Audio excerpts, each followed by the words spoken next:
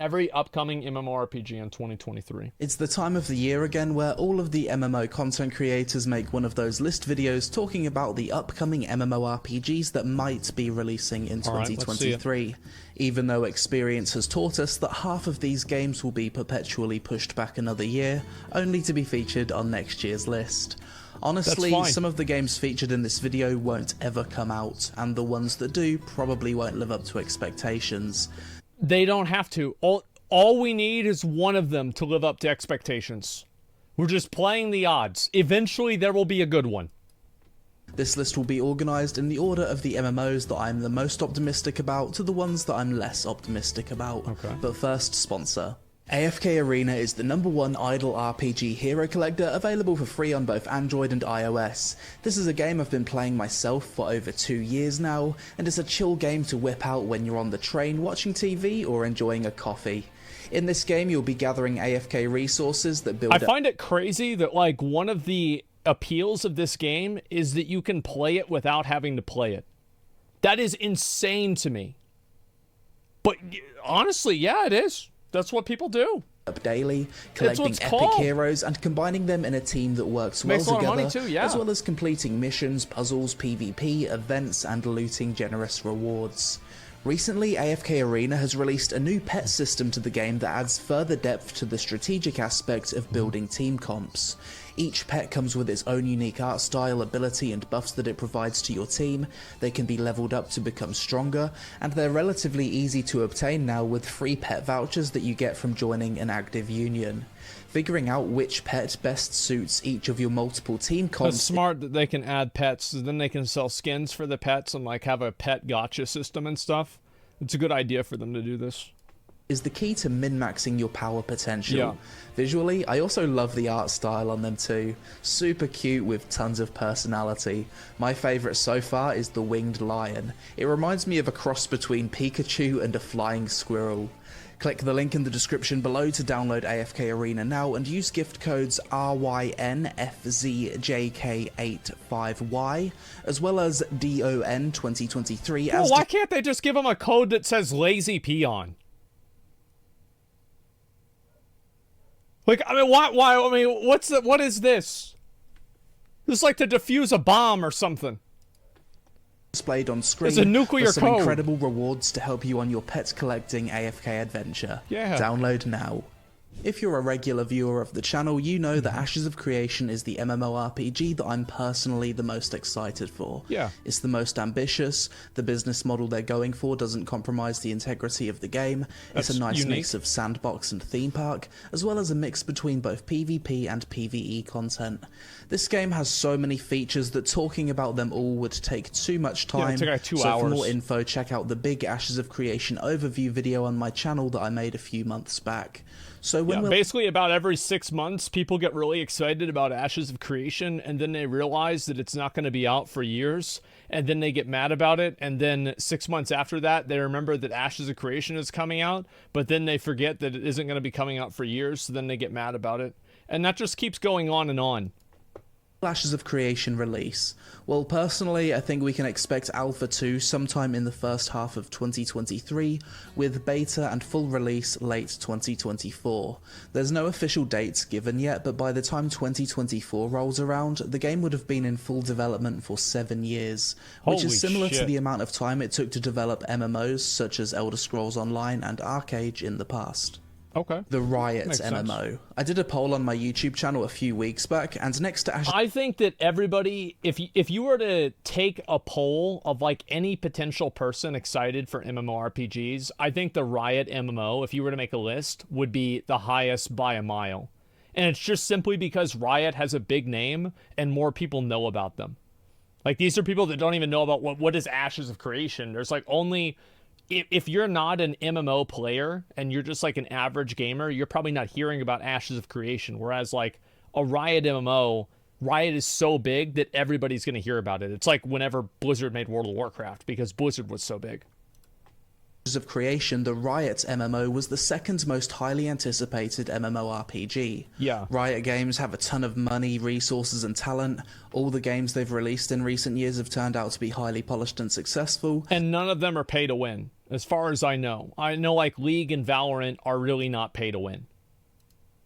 And they've kind of turned into a new age version of what Blizzard Entertainment used to be, where they would take a game or genre and put their own spin on it whilst making it highly accessible. Exactly. We don't have a lot of info about the Riot MMO, they did that with, and due to the fact we haven't seen any gameplay or even screenshots of the game, I can't see it releasing anytime soon. In my opinion, this is a 2025 and beyond MMO release. I think that we might get... I would be surprised if by the end of the year, we don't even get any gameplay or any way to play the game. Because I think that really it'll probably be like a 3-year cycle from whenever they announced it. Because the odds are that they've probably been working on this MMO for at least 2 years. It's just that they announced that they're working on it and that they're doing it like semi-recently. Finally, a game that's actually going to release in 2023. Throne and Liberty. Yeah, we've seen this one. This game's been in development for an eternity. Initially, it was supposed to be Lineage 3 and was first shown off at G-Star in 2011. I remember whenever I looked at that gameplay, where is it? Right here. Let's see if I can pull it up. Fuck. This one here, I actually thought whenever I first watched Lost Ark that this was Lost Ark. Then they moved the game to Unreal Engine 4 under the name Project TL. Then after that, they renamed it to Throne and Liberty and changed from an isometric MMO to a third-person open-world action combat MMO. Thank God. This game's going to be a big competitor to I think that isometric games really hurt immersion because you can't look around and experience the game in like your own eyes. It's only in like something that's created formulaic and it's like for you in like this very, very narrow thing. Like I play PoE, I play Diablo 3, I play Lost Ark. I don't hate isometric games, but it is a constraint more than I think it's a benefit. And I would prefer if a game was not isometric. It won't make me not play a game, but I think a free look game is better. Desert Online as it features castle sieges, open world PvP, guild versus guild battles, as well as massive world boss fights for hundreds of players in the open world. Personally, I'm very excited for this game, even though there's a high likelihood of it being pay to win. The game's currently targeting a release window of Q2 2023. Diablo 4. Some people might not consider this an MMORPG, but you're able to see other players running around a massive shared open world and have the opportunity to group up with them, as well as touch a bit of that MMO feeling when taking down world bosses. I think that Diablo 3 or Diablo 4 should just do exactly what Diablo Immortal did. Make it to where you can go and interact with other people and do things together as a group, but make it to where also you can do anything that you want solo. Kind of like PoE. Diablo 4 will also have PvP and other features that will also likely appeal to MMO fans. Diablo 4 will be releasing on June 6th, 2023, and I'll definitely be covering it on this channel when it does. Path of Exile 2. Once again, not an MMORPG, but the game will feature co-op parties for up to 6 players. I hope that they have like more shared spaces in PoE. Like cities and stuff like that you can go to and like you can inspect other people and see their gear. I think that's so important, especially in PoE, because like a lot of people probably don't spend all day on the internet consuming PoE content, so they don't really know like what's possible or like what kind of gear somebody can have. So like if they inspect somebody and they have like, I don't know, like fucking some really badass unique item like Headhunter, they're like, oh my God, that's so cool. I've never seen that before, or Mage Blood. And it's like that gets them... That makes them aware what is possible. PoE 2 seems like it's got a lot less shared world MMO light features when compared to Diablo 4, but Diablo will likely make totally up for it in depth, build variety, replayability, and content updates. Most MMORPG players that I know are also excited for Path of Exile 2, hence why I decided to include it in this list, and so far the game's looking like it will be releasing in either Q1 or Q2 2024. Blue Protocol is an upcoming anime MMORPG from Japan that's almost... Yes, I've said before, I mean many times, like I'm super excited for PoE 2. Certainly going to be releasing in 2023, most likely early spring. This game already has a Steam page available and has been in development for quite some time. I actually played the closed beta of Blue Protocol over 2.5 years ago at this point, before the game just went full radio silence for 2 years. From what I still think that's like one of the most fucking Giga Chad things I've ever seen. These guys go radio silent for 2 years, and they come back, and they're like, yeah, by the way, it's coming out this year. We've listened to all your feedback. We're making all of these changes, and that's about it. They just do, like, one massive fucking 4-hour live stream, and then they're like, yep, all right, well, beta's coming out in, like, 3 weeks. Remember, it was a decently fun, story-driven PvE MMO, although at the time, nothing really blew me away about it. Regardless, most Japanese-made MMOs tend to do fairly well in the West, and I'd expect Blue Protocol to be relatively popular, as long as it's got plenty of content as well as a fair business model. Crimson Desert. That's a lot to ask for. I mean, a lot of people are super hyped up about Blue Protocol. I am too. I'm excited for it, but that excitement is measured. Amazon is publishing? Yes, Amazon is publishing it, and whenever they have information about that or like content for it, I will get that content most likely. I've talked to them about it, so hopefully that happens sooner than later.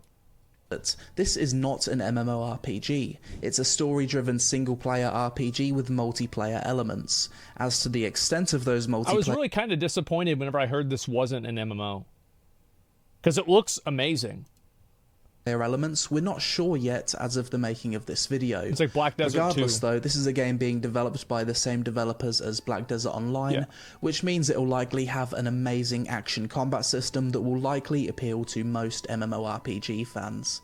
As for release date, it's currently looking like Q3 or Q4 2023.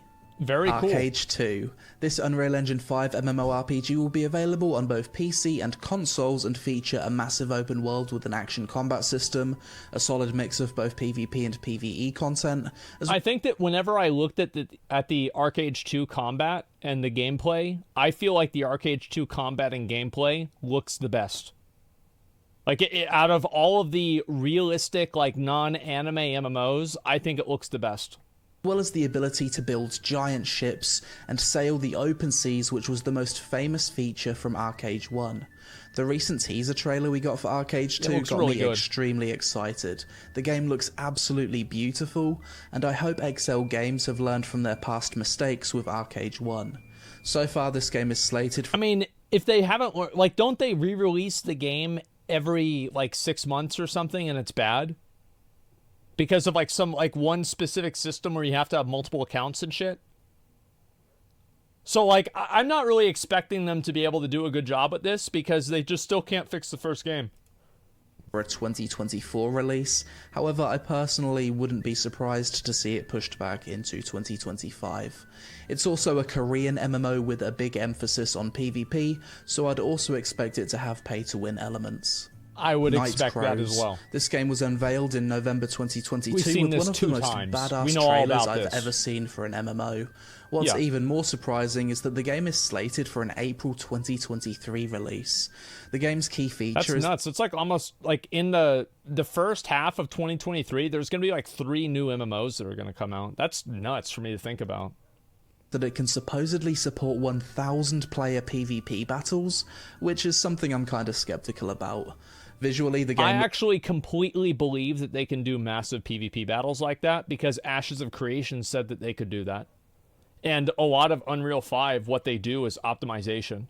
So what they're probably going to do is, like, once you have enough people in an area, everybody's character model just defaults to, you know, like a red guy or a green guy. Looks very nice, utilizing Unreal Engine 5's rendering tech. However, my biggest skepticism comes from the fact that Nightcrows will be cross-platform on PC and mobile, and apparently use blockchain technology. No idea how this game's gonna... I don't care about them using blockchain technology as long as it isn't in some sort of a way that makes the game worse or something that is unnecessary. I don't think blockchain is good or bad for a game, but I don't think a game coming out and being blockchain means that it's going to be a good game. Like, that should not even be a selling point of the game. who cares? Turn out, but I'll be trying it regardless.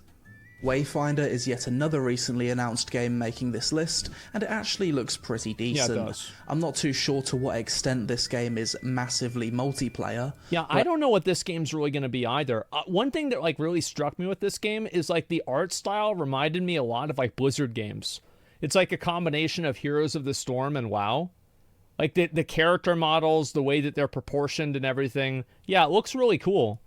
MMORPG is a tag that the game is using to describe itself on the game's Steam page, which is already up and available for wishlists. Yeah, I'm gonna play this. Based purely on the trailer, Wayfinder to me looks like a third-person They have a beta coming out soon. stage-based looter, but I might be wrong. Not much details are known other than the game will launch in late 2023 and have a fair free-to-play business model, whatever that means these days. A fair free-to-play business model. I feel like it's like, just say it's not going to be pay to win. Like, you can't pay for power or, like, efficiency. Because, like, a lot of times they're like, oh, you can't pay for power, but you can pay for efficiency. So some activity that would take 2 hours takes you 2 minutes. Like, well, that's kind of the same thing in my mind. Is probably the most casual MMORPG on this list, and that certainly isn't a bad thing, as that's the exact niche this game is targeting. Imagine Stardew Valley, but 3D, third person with multiplayer. Basically, I think that there's a huge market for an Animal Crossing Stardew Valley MMO. Abso-fucking-lutely. The perfect game to play with your partner. Palia describes itself as a community sim game set in a vibrant world with a cozy art style and overall vibe. In this game you can forage, hunt, mine, catch insects, go fishing, cook, furnish your house and do some gardening. As for release date, I'd expect this sometime in late 2023, as the game's already had multiple playtests at this point. Yeah, they have, and I got invited to one of the playtests. I didn't do it because it was NDA. And like with all these games, I like to play them for the first time on stream. So I don't like playing game like off stream with like an NDA and then, you know, being like, oh, well, this is my first impressions. But yeah, this game will probably come out relatively soon. Corepunk. This is quite a unique upcoming MMORPG that I've personally been excited for quite a long time. I've seen a little bit on this. Imagine MOBA-style top-down gameplay, but in an MMORPG with fog of war. It's certainly a unique concept that hasn't been done before. Corepunk looks like it has a solid mix of both PvP and challenging PvE content, crafting, and open world. I mean, this looks like Lost Ark, but it's League of Legends style. I mean, we'll have to see what happens, right? I mean, the game could be good, the combat could be good, etc. But I can't see an MMO being better than Lost Ark that's isometric. I think Lost Ark is just so good, and they're so far ahead of everybody else, it would be impossible to catch up. Vibrant art style, character customization, and multiple classes. In terms of development, the game looks pretty far along based on the gameplay shown, and was supposed to have a beta test at the end of 2021, which was delayed. Unfortunately, the devs faced further delays due to having a studio based in Ukraine at the start of the war. Thankfully, I think also one thing about Lost Ark that makes people more invested into the game is the fact that the game is very popular in Korea, and it's being developed continuously in Korea. So it's like, you don't have to worry about the game dying here in the West, because there's so many other people overseas that play it, that there will always be new content for it. Because I think that's what a lot of people worry about with like these MMOs, is that, oh, I don't want to start playing an MMO and then the game dies. Most recent update states that the team are fully back on track, so I'd expect us to get our hands on Corepunk sometime in 2023. Bitcraft is a game that's taking a different approach to the sandbox MMORPG genre. As you can see from the trailer, it has cozy, stylized, cel-shaded graphics and quite a relaxing vibe.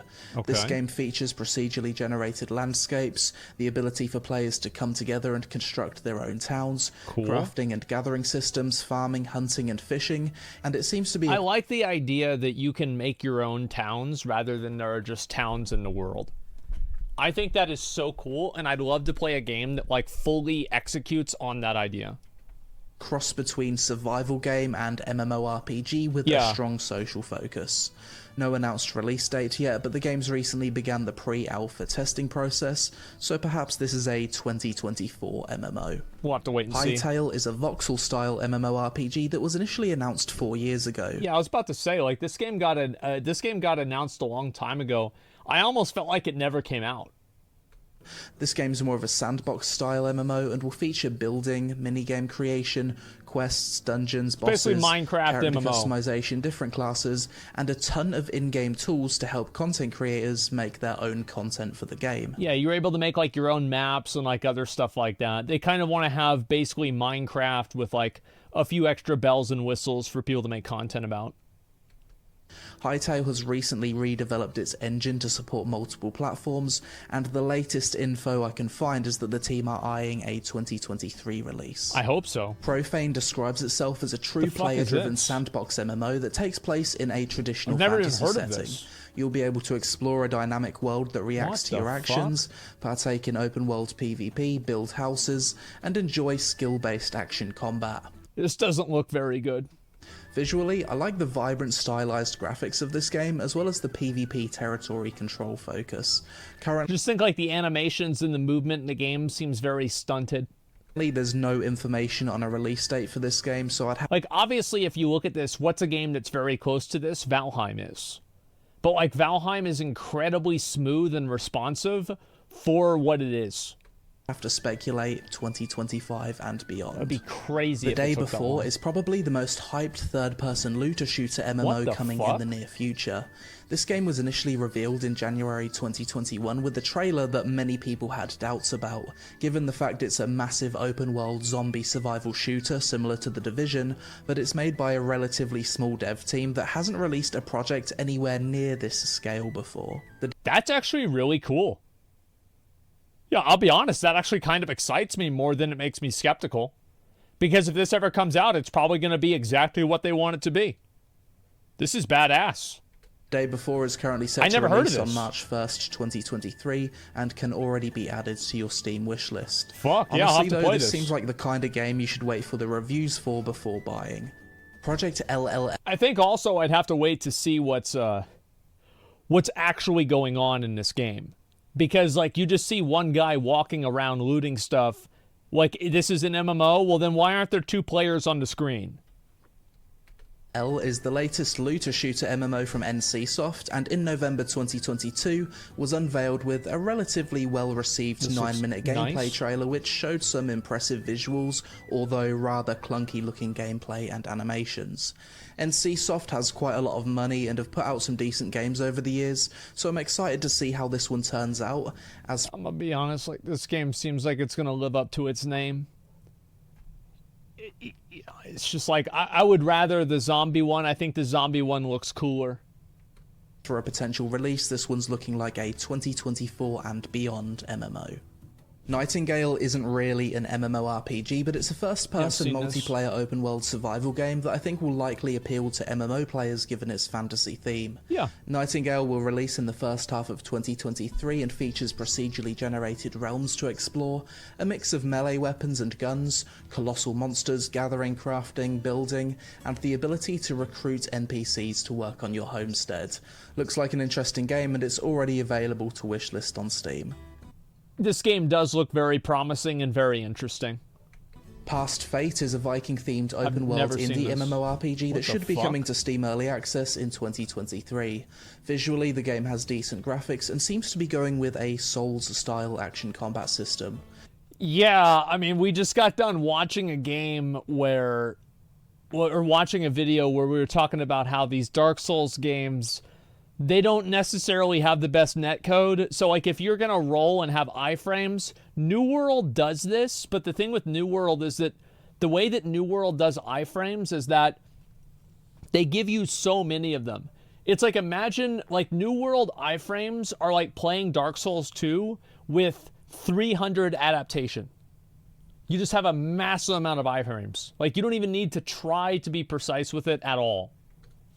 Past Fate will feature 5... And you can tell if a game is Souls-like, because if it has rolls in it, then it's Souls-like. playable classes: warrior, necromancer, mage, pirate and priest, a crafting and gathering system, quests, and various monsters such as zombies, demons and giants. I think by the way, this looks really cool. I like this game. I'd be willing to play this and try it out. This game looks quite cool, and I'm looking forward to covering it on the channel when it releases on Steam Early Access. Yeah, I'm excited. I will definitely play this. War of Ragnaroks is another indie MMORPG coming to Steam Early Access in 2023, and has recently announced that it's transitioning to Unreal Engine 5. This game is a sandbox MMO with a traditional fantasy setting of orcs, dragons and goblins, and there'll be a big emphasis on player exploration with no hand-holding, no world map, no level scaling, and lots of... No world map, no levels. I feel like every game that sells itself as like, oh, this game is super hardcore, like you can't play this game if you want add-ons, like it's so hard to do. Like, I feel like a lot of that stuff... It's just like every game that has stuff like that, I feel like it's just an excuse for it to be bad. It's like boomer. Yeah, there you go. It's boomer bait. 100%. I'll be right back.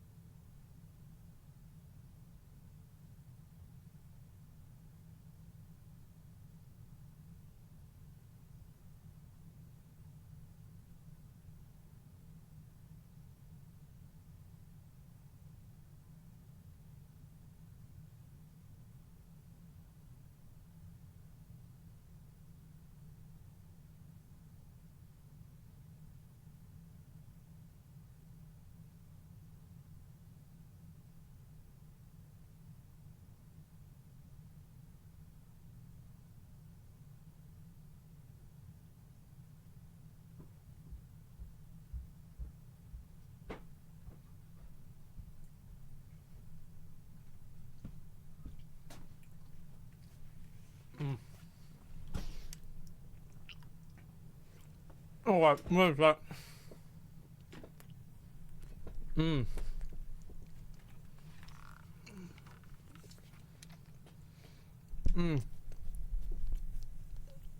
Tying your shoelaces to make walking hard mode? Yeah. Yeah, games that are like, oh, well, we're not going to have the hand holding that normal games have. We're going to make it hard like it used to be. Games back then weren't hard, they were just annoying. Dungeons and raids to explore. Boomer bait. Soulframe, basically Warframe the MMORPG, but with a slower, more deliberate combat system, perhaps similar to Dark Souls. This game is very early in development, so not a lot of details are known about it yet. Regardless, Warframe was a quality game with a fair business model and a solid developer team, so I'd expect good things from Soulframe. As for a release date, it will be 2025 and beyond, most likely. Dune Awakening is a recently revealed... That game, I watched it. The trailer, the combat in the game was pretty mediocre. It's kind of sad because I was really excited for the game until I saw the way it played. Open world survival MMO based in the Dune universe. In this game you'll explore the vast lawless deserts of Arrakis, fighting bandits, sandworms and other alien creatures with a third-person combat system where you'll be able to utilise various infantry, ground and flying vehicles. Obviously, as a survival MMO, gathering, crafting and base building will also be a big factor. There's not this kind of stuff, like, obviously it sounds really cool. Oh my god, it's a Dune MMO. But, like, what does this even look like? How does it work? Do you have, like, aerial combat? Can you go to, like, another planet? Like, what's really the scope of what's possible in this game? I'm curious. Too many details out about this game right now, but it's looking like I don't know anything about it, so I haven't talked about it. Early access either late 2023 or early 2024. Horizon Online is another upcoming MMORPG that was recently confirmed to be in the works from Guerrilla Games. We don't know anything about this game other than it featuring a completely new cast of characters from the other Horizon games, as well as going for a unique stylized aesthetic. I've seen some of the Horizon gameplay, and the gameplay for Horizon legitimately looked really good. Like, I never played any Horizon game before, but what I saw looked great. One seems extremely early in development, so I wouldn't expect any release until 2025 and beyond. Into the Echo is an Unreal Engine 5 MMORPG that was teased in September 2021 with a trailer that quite frankly shows next to nothing. We do know that the game will feature time travel through different civilizations though, which is kind of interesting. This is yet another MMO that I wouldn't expect. This seems like a tail wagging the dog situation. Like, how the fuck are you gonna have like a like different civilizations throughout the world? How do you balance something like that other than just making it sound weird? Yeah, I don't know. It seems too much like it's designed around one gimmick. Expects to release any time before 2025. Madworld is a Korean isometric MMO set in a world with gruesome cartoon style. Well, this looks like one of those phone games that there's ads for at the beginning of every one of these videos. Except for like, it's kind of funny because haven't I said that I wish that these phone games that had so much money and effort put into them actually were fun and good to play? You can move around and play them. That seems like kind of what this looks like. Visuals. This game will be free to play, feature a mix of both PvP and PvE content, as well as some of the most hideous bosses you'll ever see. I expect Madworld will release in 2023, as the game's recently been in beta testing and a Steam wishlist page is already available. As with all free-to-play Korean MMOs though, do expect this one to come for your wallet. Legends of Ymir. Similar to Nightcrows, this is a recently announced MMORPG from WeMade that will also be cross-platform on mobile and PC, as well as using Unreal Engine 5 and blockchain technology. Once again, lovely trailer, but we'll have to wait for the gameplay to see if there's any promise with this one. Yeah, it's like, wow, this trailer looks super cool. Okay. The graphics are great. The graphics for a lot of games are great now. You know why? Because it's 2023. Let's see some fucking combat. Let's see some gameplay. How's this gonna work? I'm super skeptical myself, especially with how Myr 4 turned out. Legends of Ymir is currently looking like a 2024 release as of the making of this video.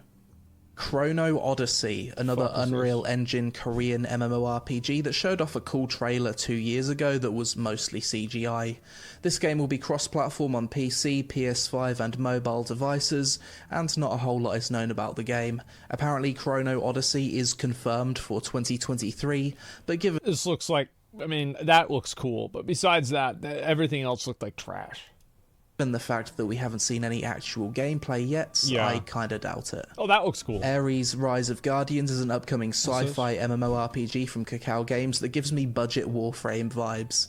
This game will be available on both PC and mobile, so it probably won't be very good, but it has a cool theme regardless. This one should come out sometime in 2023. Odin Valhalla Rising, another... I don't have a problem with the mobile games, or a game being available to play on mobile. And I think actually that will become much more common, and that will be ultimately better for games. I think the problem is that whenever it's designed for mobile, and then the gameplay is worse because of that. Like, the game should be designed for PC, and then made possible to play on mobile. Coming PC/mobile MMORPG from Kakao Games that visually looks quite good. Unfortunately, the gameplay looks like it's a lot of auto-pathing and auto-combat. Probably heavily pay to win too, but I like the Norse theme of the game. Yeah, it looks badass. Expect a global release for this in 2023, although I don't think it's going to be a game that will be received too well by critics. Ember Sword is a blockchain MMORPG that's been in development for years. It reminds me of Albion Online but with more basic graphics. Ember Sword will be a browser MMO with PvP, land ownership, top-down gameplay, and action combat. I'm actually curious to try this game, simply because this is one of the few blockchain MMOs that have been in development for years before crypto gaming became a hype bandwagon. That's interesting. Yeah, maybe it might be good because it's not just trying to capitalize on a bandwagon. Again, I feel like if a game has blockchain as one of its selling points, it will be a bad game. But I don't think that every game that's blockchain forever will be bad. It's like, hey, yeah, this is a game. It's kind of like VR games, for example. I think most games that like their value add is, hey, it's in VR. Most people don't give a fuck about any of that. It's like the game has to be good in itself, and then it evolves past that. You see what I'm saying? With its first announcement trailer all the way back in 2018. As for release date, it's looking like 2023. Perhaps some of you remember a game a few years back called Project BBQ. This was supposed to... I like this. Okay. Barbecue. I like... How the fuck do you make your video game called Project Barbecue? Be a third-person multiplayer action RPG version of Dungeon Fighter Online. Well, Project BBQ was scrapped and transitioned to Project AK. Okay. Now, this is still a game that's going to be set in the Dungeon Fighter universe. However, now it's going to be more of a Souls-like in terms of gameplay, and it's only going to be releasing on consoles initially. Star Citizen is the biggest... Not a big fan of console-only release. What's this, man? Better than Project BBC. Okay. Yeah, you've got AKs and BBQ. Maybe they made that like, yeah, what if we call it this? Maybe the Americans will buy it then. When it comes to... Yeah, like our focus groups have said that they really like BBQ and they also like AKs, so we just put the two of them together. We named the game that and everybody's gonna buy it. Coming MMORPGs, as many people say this game will never release. It's by far received the most crowdfunding money out of any game ever at over $500 million. In all people pay $500 million for a game that's not even come out yet? Holy fuck. fairness to Star Citizen, some parts of the game are playable and look pretty cool.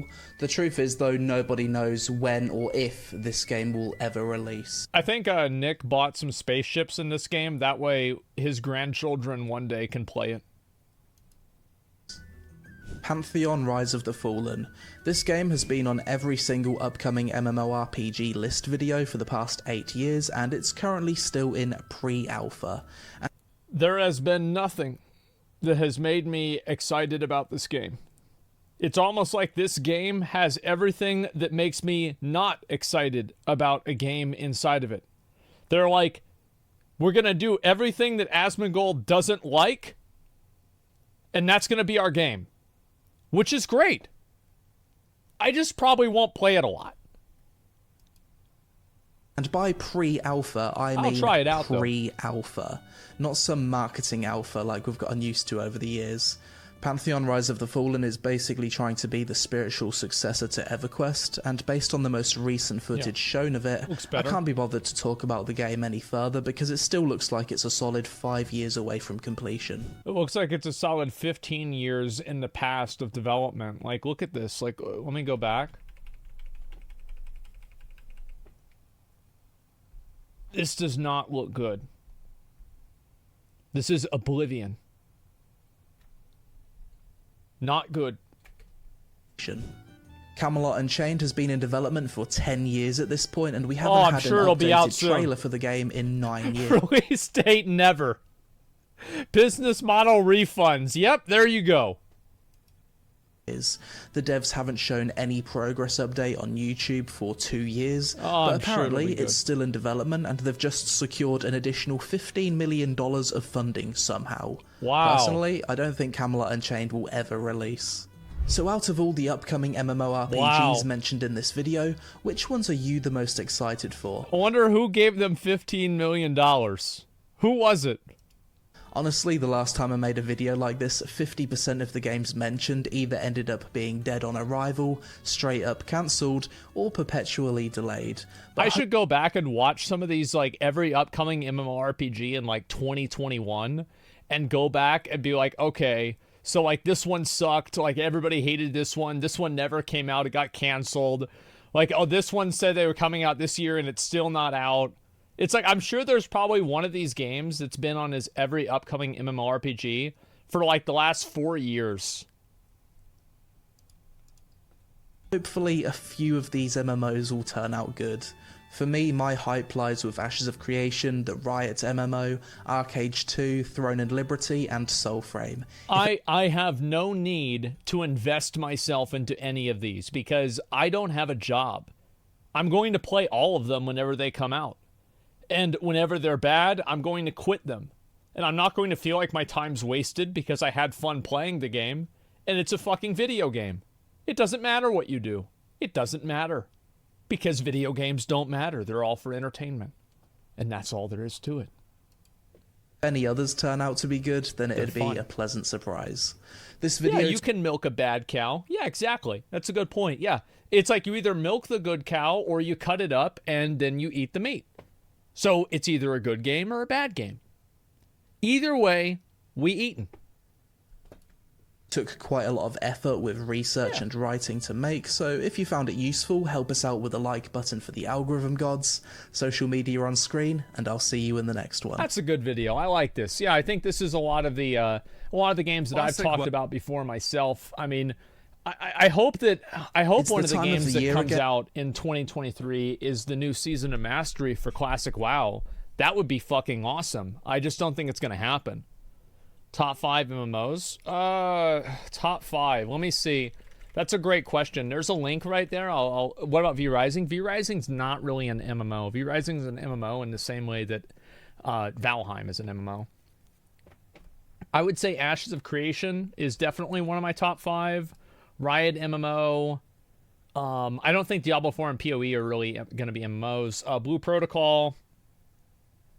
Arcade 2. I'm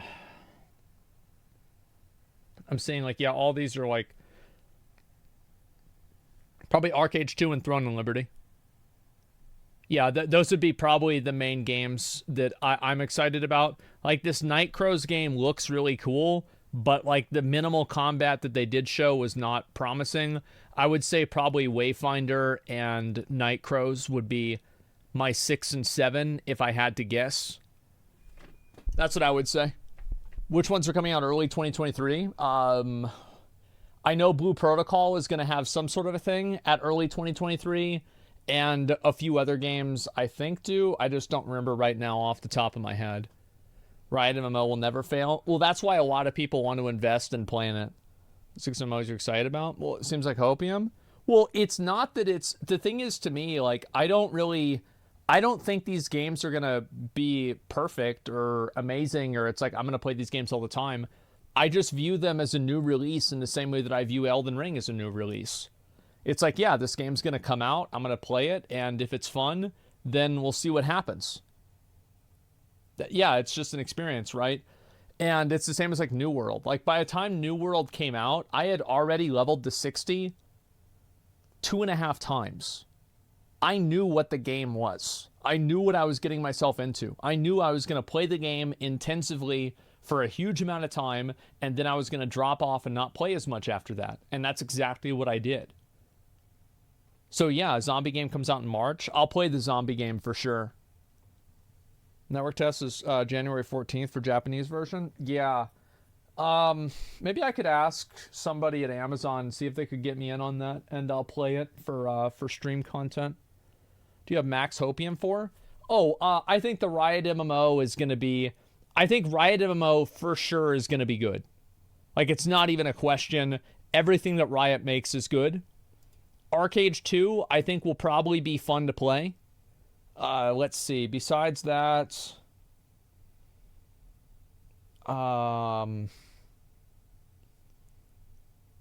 everything that I've seen from Throne and Liberty looks good.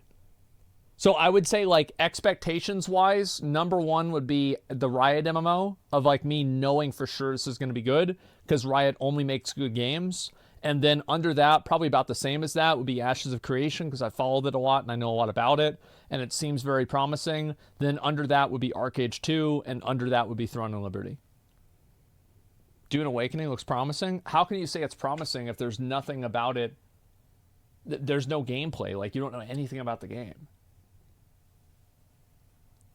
Yeah, which non-MMOs are you looking forward to this year? Oh, I mean, again, they're in this video too. Diablo 4 and Path of Exile 2. That's what I would say. Remember whenever we said Blizzard only makes good games? Right now, StarCraft 2 is good for what it is. Heroes of the Storm is dead. World of Warcraft is good. World of Warcraft Classic is good. Overwatch 2, I think, is decent. There was a video that was negative about Overwatch 2. I was going to watch that. It was Overwatch 2 from a top 500 players perspective. Try to remind me to watch this tomorrow. Because I will definitely watch this. I just haven't done it yet. Because some people don't like Overwatch 2. And as somebody who played it a lot whenever it came out, and then I've kind of not played it for a while, I'm curious to see why people don't like it. Zach, Clown Raid, Hell Vaulton, please? Yeah, I know I need to do that eventually. Do you think by the time all these new MMOs come out in the next 2 or 3 years, people will still play WoW as much as they do now out of loyalty? People are going to play WoW because WoW is a really good game. That's why. It is a really, really good game. It's super fucking responsive. The raids are really well designed. PvP is what it is. It's always been the same. The outdoor content is pretty good. It is absolutely a good game. I know everybody likes to hate WoW and pretend and meme about how bad WoW is, but there's a reason why WoW content is so popular. It's because a lot of people play the game, and it retains a lot of players.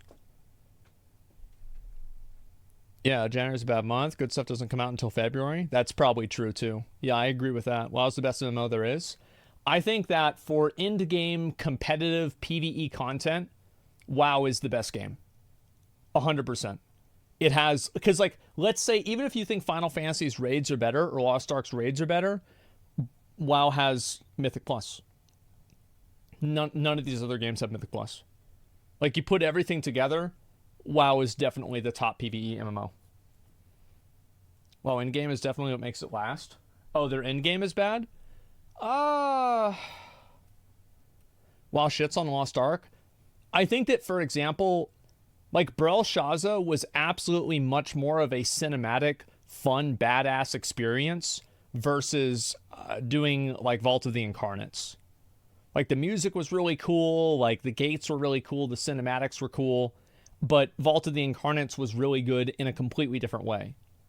It's like WoW has the way that it works, and it's worked this way for 15 years, and it's not going to change. So if you don't like how WoW is now and you don't like the fundamentals for the game, that's fine, but there's a lot of people out there that do. Any graphics revamp for WoW in another decade? Yeah, I wish. Final Fantasy is a better casual and social scene? Yeah, it does. I think Final Fantasy, outside of completionism and collection content that WoW just completely blows Final Fantasy out of the water with, in my opinion, is that they have a way better, like, casual, like, social fabric of the game. Also time-consuming. No kid these days plays that. WoW is substantially less time-consuming than it was back then. Yeah, like, it is much, like, basically, WoW was super time-consuming in Legion, and then it got even more time-consuming in BFA, and then in some ways, and it got less in others. But I think overall, it became more time-consuming in BFA, and then it became less time-consuming in Shadowlands, and then it became less time-consuming, more than that, in Dragonflight. So it is on a positive trajectory. Shadowlands was substantially better than BFA, and Dragonflight is massively better than Shadowlands. In a couple of expansions, the game might, like, fucking straight up just be really good again. Hopefully that would happen. You think kids are playing WoW? I think kids would play WoW if there was a better free-to-play experience. Because it's like, you don't want to spend $15 to play a game whenever there's no other game that you have to spend $15 to play. That's really what it is. Let me see here. Give me 1 second. Well, fathers playing with their sons in Wrath of the Lich King Classic? Yeah, exactly.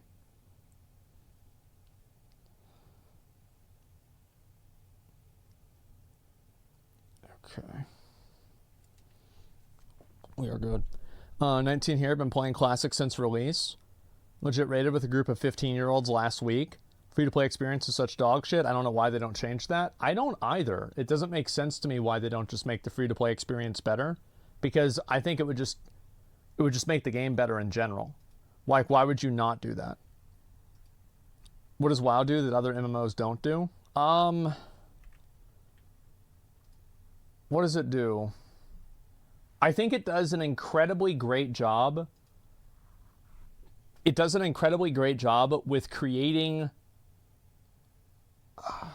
It creates end-game content. WoW at the max level, there are a lot of things for you to do at max level. I think that's why. Characters and setting, it's WoW, that's it. Yeah. Well, like, for example, you have, like, you can build your character in any way you want.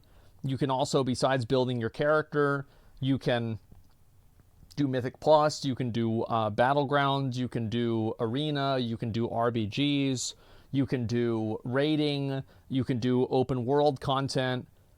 And the combat for WoW is, like, in my opinion, WoW has, like, some of the best combat, and it still does.